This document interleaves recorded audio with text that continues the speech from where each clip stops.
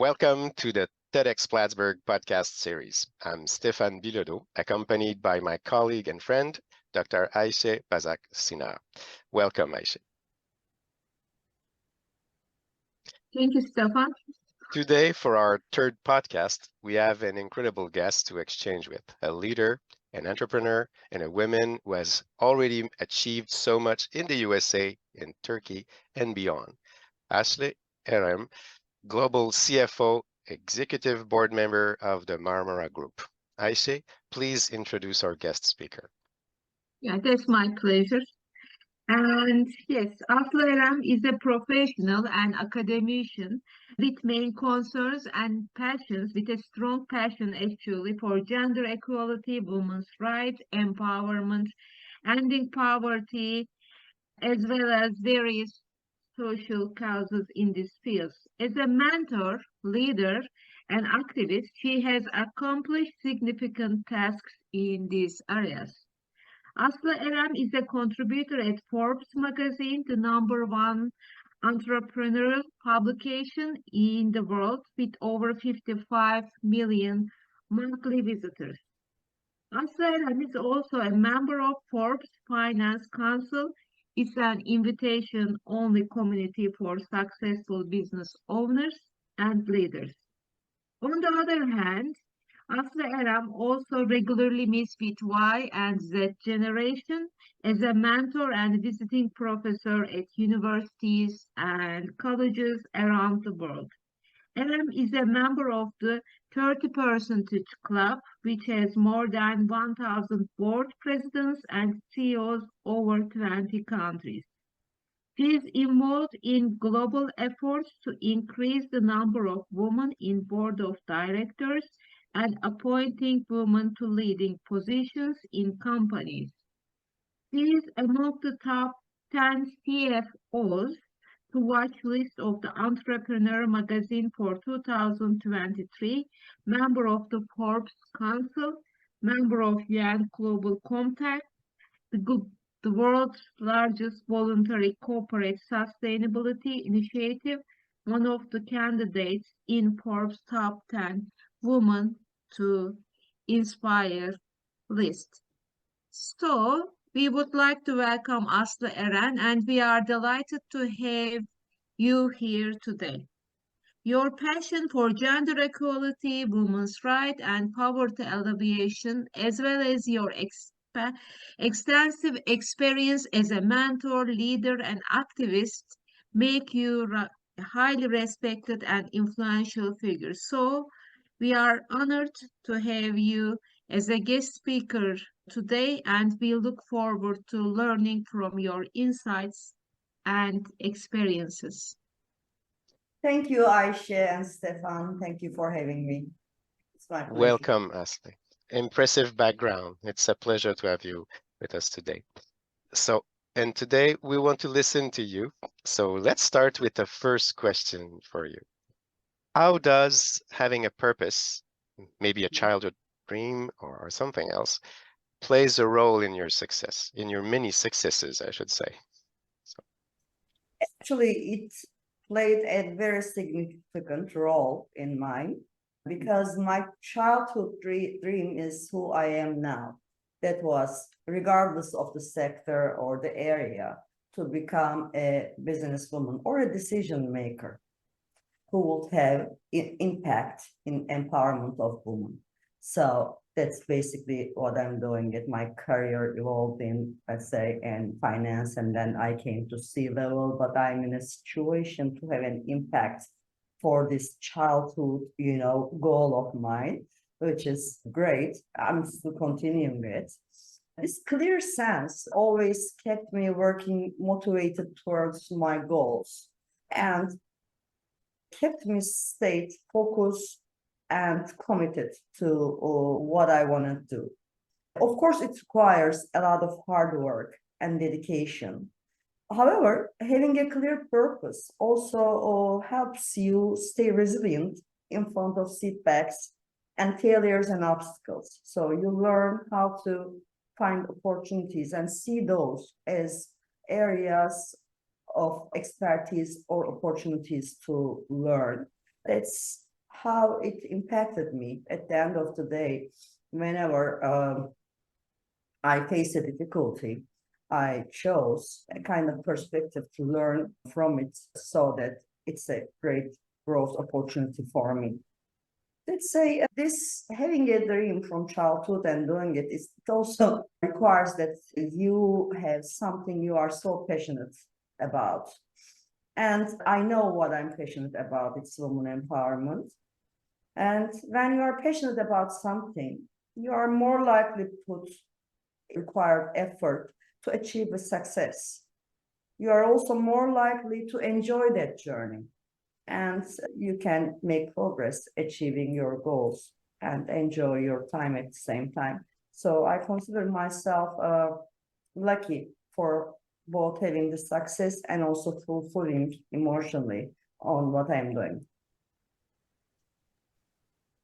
This is a great answer and great keywords: motivation, passion, and you showed that for sure. Thanks for this great question. I have another one, which is going a bit further into your entrepreneurial journey. So, could you please tell us about this journey from Turkey to USA and back to your own country to become the global CFO at the Marmara Group? Yes, sure. Well, I studied university in Turkey, and then for my master's degree, and I went to USA, to Johns Hopkins University. And after that, I got my first job at a Fortune 100 company, Prudential Securities, as a financial analyst. So in total, I spent like 6 years in United States, in Baltimore and Washington, D.C. area. Baltimore is where my school is, and Washington, D.C. was where I worked. After those 6 years, I came back to Turkey and started to work for a bank. At that time, it used to be called Koçbank, currently Yapı Kredi Bank. And with my boss and mentor, we kind of designed a new strategy for the group's financial companies and bring them under the same pool, and also made it open to new international partnership.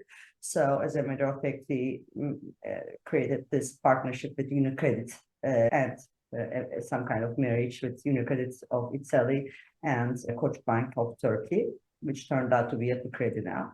Afterwards, I worked there about 7 years. I was transferred to an energy company because energy was like, you know, the very, very hot area in 2006, 2007. Like it was where everybody was focusing, all companies were focusing, and all foreign direct investment to Turkey was coming to that area. There were also some, you know, government incentives to take advantage of as well. So I was transferred to Gama Power Systems, which is an EPC contractor for energy projects. That was a great experience. I mean, in that experience, I have helped the company to, let's say, open companies, branches, open, let's say, new initiatives, and set up the, you know, financial infrastructure, etc., for over 25 countries. And these areas includes like all MENAT region, Russia, CIS countries, Sub-Saharan Africa, Europe, and USA. This gave me the ability and expertise. Of course, in each country, we had our local counterparts that we work with. But in all those countries, I got the chance to learn how their commercial system is working, and how we can set the commercial structure there, and how we can safely get out of this country and manage the risks, etc. That's why, you know, I really enjoyed and loved this experience. I traveled a lot, and I also traveled to all these countries as well. I may say I have been to almost all over Middle East, including Arabia, Iran, Iraq, Algeria, Libya, Egypt, etc. You know, going there for their Ministry of Energy, meet with them, and then work on their project, because the projects we have been awarded as EPC contractor were usually government projects. That's why I also got a chance to find out how governmental bodies work in those different countries as well. So that was a really fruitful experience. I also learned how to work with engineers. That's another know-how, and we find a good fine tune between being a business-minded person and engineering-minded person. We found a good balance because all my C-level friends were engineers except me. Then we found a coherent way to become a good team, and that team is still being remembered as the golden team, of that company, even this time. And it was, I believe, 2018, I got transferred to my current position, the Marmara Group. This is one of Turkey's largest real estate investment group, focused on hospitality, and has operations in Turkey, both Istanbul and also southern Turkey, but at the same time in the United States, New York. So I spent a lot of time in New York and Istanbul, back and forth on the southern part of our country. I am, in charge in the sustainable green conversion and decarbonization of the group. So in my current job, this is my passion tasks among all the other things, I do. I pay a lot of attention to that. And I work here as a global CFO and executive board member. As you mentioned in the beginning, Ayse, my passion is definitely to focus my efforts on gender equality. This conversion project is helping me to focus on that, and women empowerment together with ending poverty, together various social causes. So I'm combining all those good causes together with my job. Great causes to work on, and women empowerment, gender equality, sustainability you mentioned earlier. All the things we are discussing regularly. So we're absolutely pleased to hear you and see the passion you're putting in all those things. Thanks. Ayse, you might have questions as well too. Those are great achievements and great impact on the world. And I wish all female leaders could go so far, but not all of them. But even let's say they achieve half of your achievements, they can experience burnout because it's so many challenges on the way. So in those terms, if we can ask your advice, why recognizing the symptoms of burnout is so important, in particular for female leaders? Well, it's very, very important. I mean, burnout is essential for anyone, but especially for women leaders. Research suggests that women are more likely to experience burnout compared to men. Why? Partly because we face more additional stressors compared to a man, such as sexism, discrimination, and the pressure to balance work and family responsibilities. So this kind of burnout can lead a woman leader to a decreased productivity, lower job satisfaction, and increased absenteeism, which will also have a big impact on the team, on the success of the company, and et cetera, et cetera. So to kind of eliminate those in advance, the early detection is crucial, in my opinion. It causes a lot of health consequences such as chronic fatigue, headaches, and digestion problems, etc. So all of these, functions makes it difficult to make a woman leader do her job as she would like to. As soon as recognizing these symptoms of burnout, the necessary steps should be taken immediately, both physical, emotional, and at the mental level. Let's say, as a female leader, it's also important to self-prioritize yourself, right, from others. By taking care of yourself, you continue to lead effectively and make positive impact to yourself and to your organization and beyond. That's why an early detection of fatigue or burnout is very, very important, especially for women leaders. Yeah, as you said, self-privatization is essential to prevent burnout or to manage burnout. Yeah. And if we can, yeah.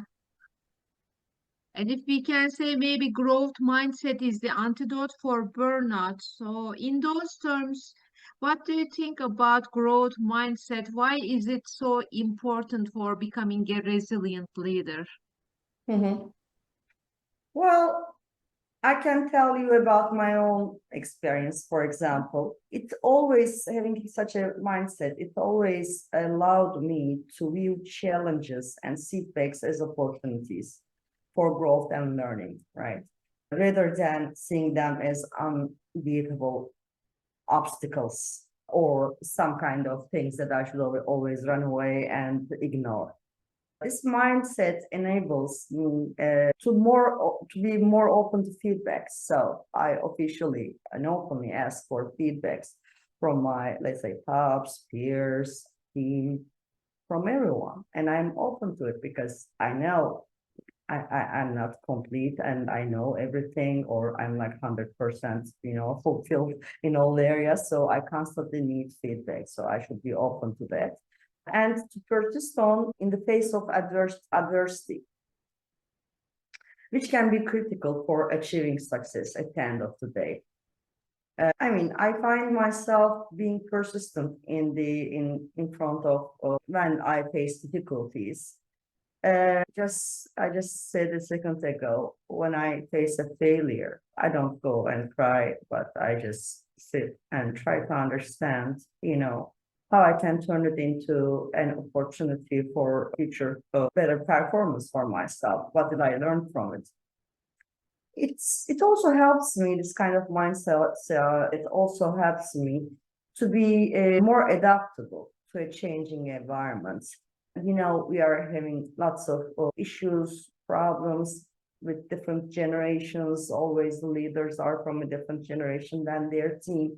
So then you are becoming more adaptable. You're asking them, with what kind of leaders they want to work with, and what is your missing parts, and they are fulfilling your, areas that you didn't know about.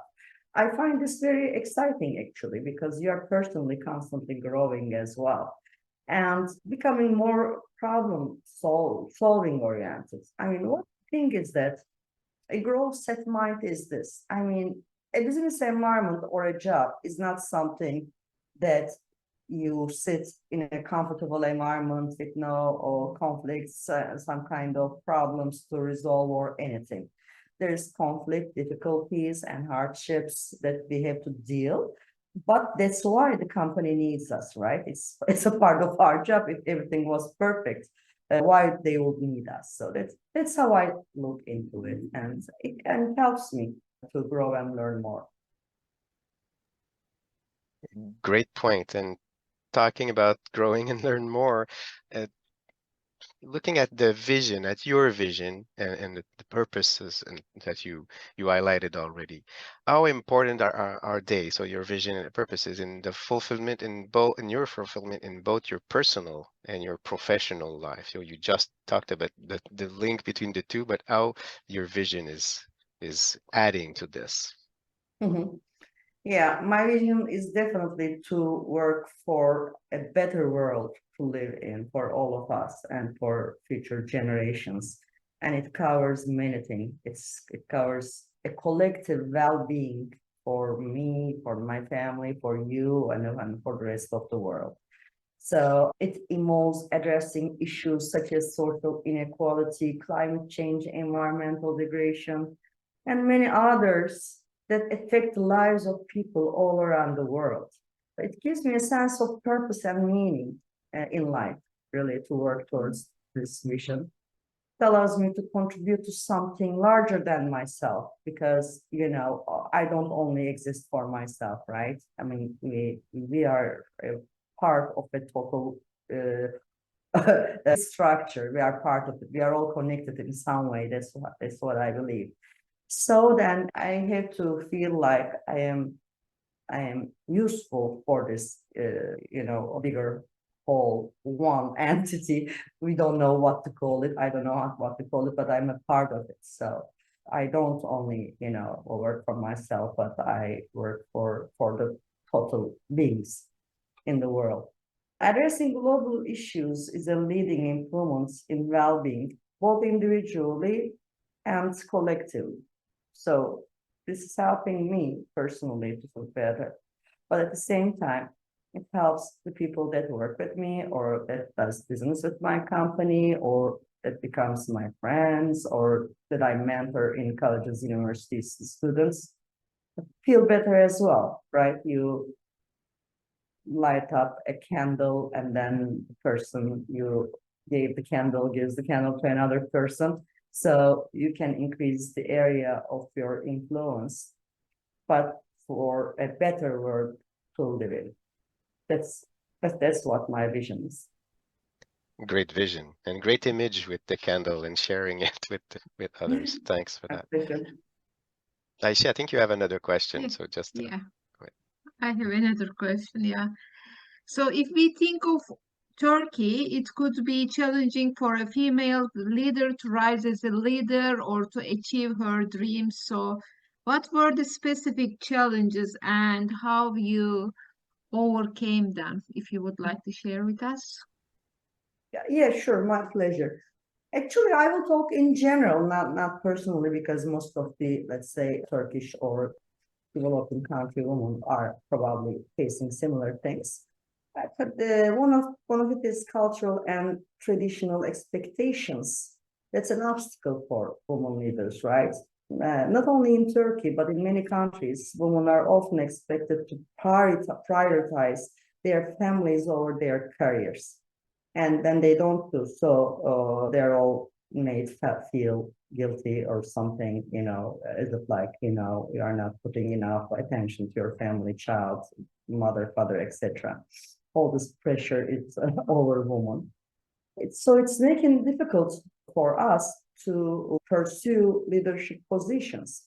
There are so many women who's not even, or trying to pursue a leadership position because they have this pressure on themselves that they have to prioritize some other things. And additionally, at workplaces, there are gender stereotypes and cultural expectations that are leading to unfairness against women, especially in the leadership roles. That ends up with a lack of representation. This is a missing part because women are not represented enough in terms of number of leaders in corporations. The lack of representation can make it challenging for women to find the role models, mentors, or advocates who can help them to navigate their careers. That's why in countries like ours, it's important to set a good role model and example. Balancing work and family responsibilities is really a significant challenge for many women because there is not enough supportive policies as there are in other countries, such as parental leave, right? You can get it for both father and mother in many countries, developed countries. Here, you can only get it for the mother. Flexible work arrangements, for example, you can't do it. So when you have a baby, you either, come back when your baby is very little, or you quit your job. Such kind of things can make it even more harder for women to pursue leadership roles.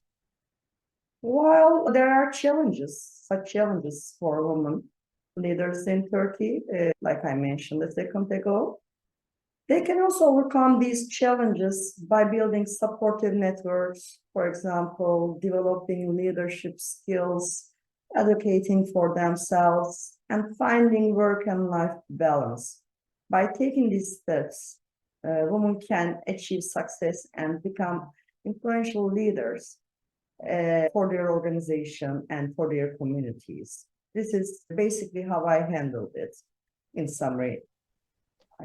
Great summary and important point. You're right. There's a lack of representation of women in many places. You gave the example in Turkey, but in so many countries. Absolutely right. And talking about that, what would be your advice, your insights for a female leader that would want to rise, but is facing or is feeling stuck in a difficult context or burned out because of the challenges, the struggles she's facing. So what would be your insights for her? Mhm. I mean, the number one advice I can give is to definitely take a break, to recharge the batteries, to regain the energy. It can be taking some vacation, going for a walk, or engaging in a hobby activity that will help them, because, you know, everybody's personality is different.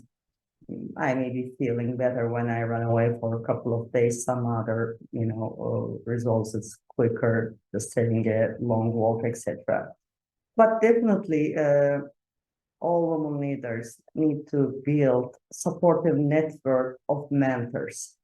So, I mean, it's not bad to ask for help or advice, right? We should be open to feedbacks, and we are only human. We can all feel burned out, tired, etc., and we can feel like, you know, we are not going to go forward, etc. At those times, we should be open to mentorship and get together with our colleagues, friends who can provide us with this support, and also ask advice from the professionals who are especially, you know, working with higher level executives or, you know, women leaders on such issues, because this requires an expertise and there are experts out there that we can ask help for, right? It will only be wise to go and ask for help for recovery, because otherwise it's going to get worse. And then maybe it could be useful to reassess their priorities. Maybe, you know, some of them are really not priorities, right? To kind of reduce the weight in the shoulder. So maybe maybe they are carrying extra weight and it's really not a priority in their lives. So anything we can eliminate and then open room to more important things and initiatives that will help us to get out of that burnout, but be productive at the same time. I said professional help, but I'll repeat it definitely. A therapist or a coach will be a great help. Yeah, I recommend those. Good recommendation, Asli. So, and I know a great coach therapist that can help. Might have another question for you. So go ahead, Ayse. Thank you, Stephane. Yeah, accountability partners we call are very important on the way to rise as a leader. But we know that women and girls sometimes and unfortunately face another challenge, and those are natural disasters. In those terms, for example, women and girls are mostly affected at the massive earthquake in Turkey in February. Yeah. So it's unfortunate, but we would like to ask, what is your advice for them to stand up and start a new life, a new beginning in their both personal and professional life? Yeah. Yes, unfortunately, this earthquake caused immense devastation and turmoil. It's really not easy to say a couple of words and then wait them to kind of recover from such a trauma. But after experiencing any trauma, it's important to prioritize self-care for everyone. And this trauma could be an earthquake or losing your loved one, you know, or it could be anything similar to that, any trauma. This might involve seeking support from friends, family, getting enough sleep, exercise, and engaging in activities. And or that will bring you joy and relaxation if they can. But I'm, you know, underlining it's very difficult to be in that psychology. There are many resources available. Again, I will repeat, it's not a bad thing to ask for help. For example, there are disaster relief organizations, government assistance programs, and mental health services that they can go and ask for help to overcome the trauma, you know, impacts. On the other hand, connecting with your own community can be a powerful way to support and rebuild the self of belonging for them as well. So as much as they reach out to their friends, family, and community, together with the organization, connect with others who are going through the similar experiences will help. Because then, I mean, again, I'm saying I'm not only for the earthquake trauma, it can be any trauma. When you spend time with people who is going through the same thing with you and sharing experiences mutually, it's really helping. At least you know that you are not the only one, and this is not only happening to you. There are people, suffering with such a trauma, and you can bring your resources and strength together and help each other. Then they can definitely revisit their goals, because they have to find a reason to get to feel tied up to the world and feel excited again. And in an event like earthquake, the whole city is gone. So then revisiting your goals, maybe creating new objectives for their lives, can be another important challenge after they are over, after they recover the first, serious impact of psychological impacts of this trauma. Definitely setting up new goals would help. This is actually what I can say. It's a really devastating event. It's difficult to advise in such a situation. I'm, wishing them all the help from God for all the losses, and for the ones, easy recovery. We do also hope the best for all those which are still struggling right now. So yeah, this is a terrible thing. And by the way, you're so generous giving us your insights and your experience so far. I still have one last question for you, a short thing, a short advice that you can give to our audience. One of the topics which is of importance for TEDxPlattsburgh is helping resilient and confident female. So what would be a practical advice that you would give, 30-second, 1-minute advice to help to rise as a resilient and confident female leader? Yeah, I would definitely say one thing, and it's self-empathy. Don't forget that nobody is perfect, and as you will have empathy to someone walking on the street. Okay, that's just a human being. It can happen. It can have pluses and minuses. You are yourself the same. So feel the same empathy for yourself, and treat yourself with kindness, because, searching for, let's say, perfection, or trying to work for not to make any mistake, or etc., such kind of tendencies is increasing the chances of burnout. So at the end of the day, we are all human, and then the self-empathy for a woman leader. In that case, I know that women are very, very successful, because they know how to empathize others, but they should turn that mirror to themselves, and then they should treat themselves with kindness. They should focus on their strengths, embracing imperfections, and adapt to a growth mindset, because we are all limited, but if you are open to growth, you have that mindset, then the resources that will bring you to a higher level will come to you. They should believe in that. Absolutely. And self-empathy is so important. That's an awesome advice for our listener. So I want to greatly thank you for as I said, the generosity in sharing with us.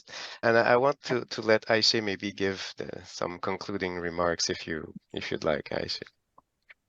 And thank you. Thank you. Yeah, and especially the last insight was great, because we as females have higher level of inner critics. So moving from self-criticisms to self-empathy is so important. So thank you for highlighting that. That's very critical.